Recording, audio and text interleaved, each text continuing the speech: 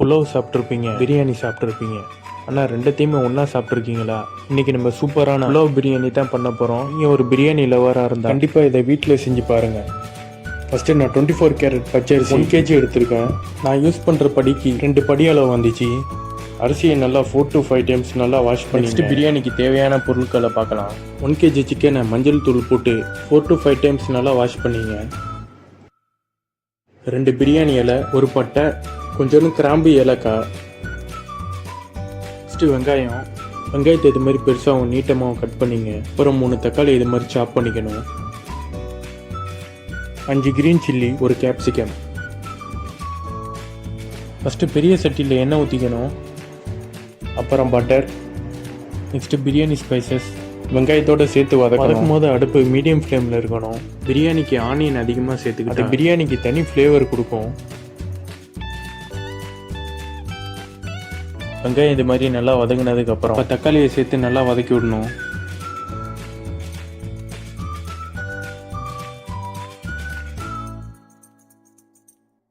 தக்காளி இது மாதிரி வதங்கினதுக்கப்புறம் இஞ்சி பூண்டு பேஸ்ட் சேர்த்துக்கணும்.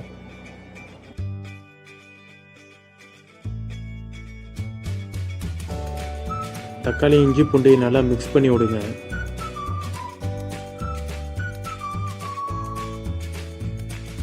இஞ்சி பூண்டு பேஸ்ட் தக்காளியோட சேர்ந்ததுக்கப்புறம் மசாலாவை ஆட் பண்ணணும். நான் யூஸ் பண்ணுற மசாலா பேர் ஷான் புலாவ் பிரியாணி மசாலா.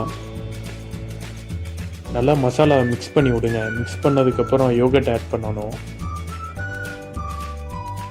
நல்லா எல்லாத்தையுமே கிண்டி விடுங்க.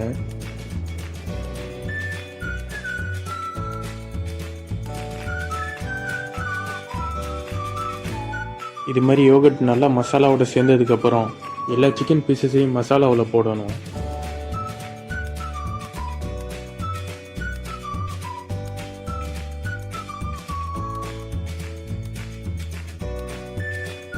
நல்லா மசாலாவை சிக்கனோட பரட்டி விடுங்க.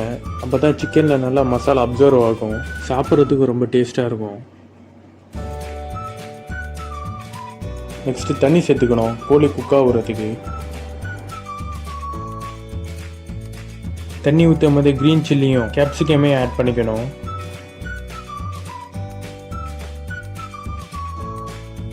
நெக்ஸ்ட்டு மூடி போட்டு மூடிடணும்.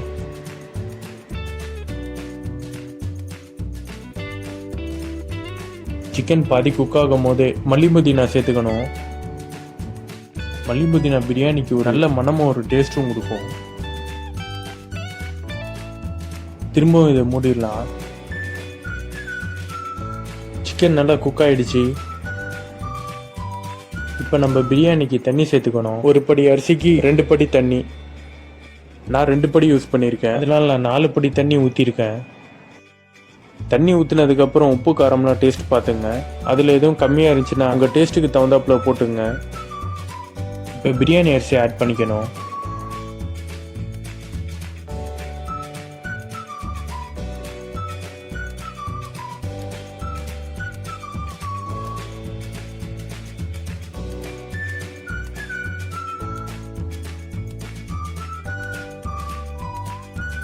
அரிசியை தண்ணியோட கிளறி விட்டுட்டு மூடிடணும்.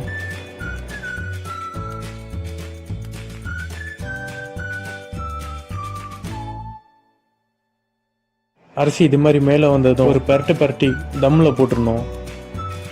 தம்னா இது கனமான பாத்திரத்தில் தண்ணி ஊற்றி சட்டிக்கு மேலே வச்சிடணும். பிரியாணி தம்மில் வச்சதுக்கப்புறம் அடுப்பை லோ ஃப்ளேமில் வைக்கணும். ஃபைனலாக நம்ம பிரியாணி ரெடி ஆச்சு. இப்போ கொஞ்சோண்டு கீ ஆட் பண்ணிக்கணும். பிரியாணியில் தண்ணி ஊற்றிருச்சாண்டு இது மாதிரி சைடில் கரண்டியை விட்டு செக் பண்ணிங்க.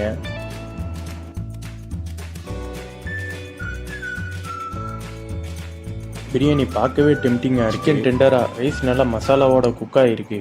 இந்த சிக்கன் 65யோடையும் ரைத்தாவோடையும் சாப்பிடும் போது வேறு லெவலில் இருக்கும். நீங்கள் இந்த டிஷ்ஷை கண்டிப்பாக வீட்டில் ட்ரை பண்ணுங்கள். நெக்ஸ்ட்டு என்ன பண்ணலான்னு சொல்லிட்டு கமெண்ட் செக்ஷனில் சொல்லுங்கள். உங்களுக்கு இந்த வீடியோ பிடிச்சிருந்தா லைக், கமெண்ட், ஷேர் பண்ணுங்கள். மறக்காமல் நம்ம சேனலை சப்ஸ்கிரைப் பண்ணுங்கள். பெல் ஐக்கானை ப்ரெஸ் பண்ணியிருக்கேன்.